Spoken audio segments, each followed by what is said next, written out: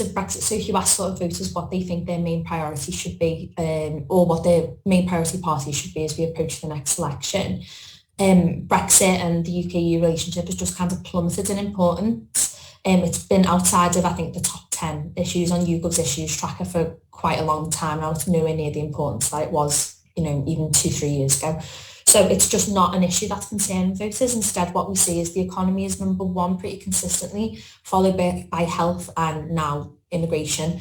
So I'm not saying that you can untie all those issues from Brexit, from leaving the EU. Obviously, they're all interlinked, but in voters' heads, it's just not a priority at the moment. And so I do genuinely think that this next election campaign will be the first non-Brexit election that we've had since the referendum.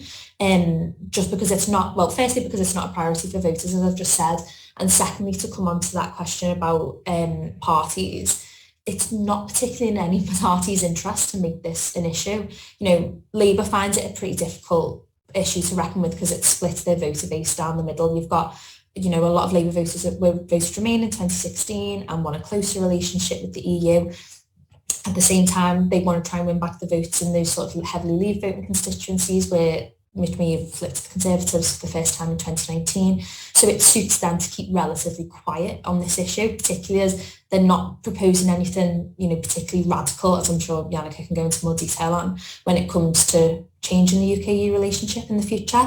For the Tories, for the reasons I just said, maybe you think they would want to go for it because go for Brexit. I mean by that, because it would unite that electoral coalition. But realistically, Rishi Sunak could very easily be attacked for taking too sort of weak an approach to the EU from an electorate that very much liked, Boris Johnson's quite irate approach to UK-EU relations. We are seeing a more sort of pragmatic, friendly approach, and that's just not to the tastes of a lot of 2019 Conservative voters, really. So I think it's not going to be an issue because voters aren't really bothered about it at the moment, and it's not really in the party's strategic interests to talk about it very much.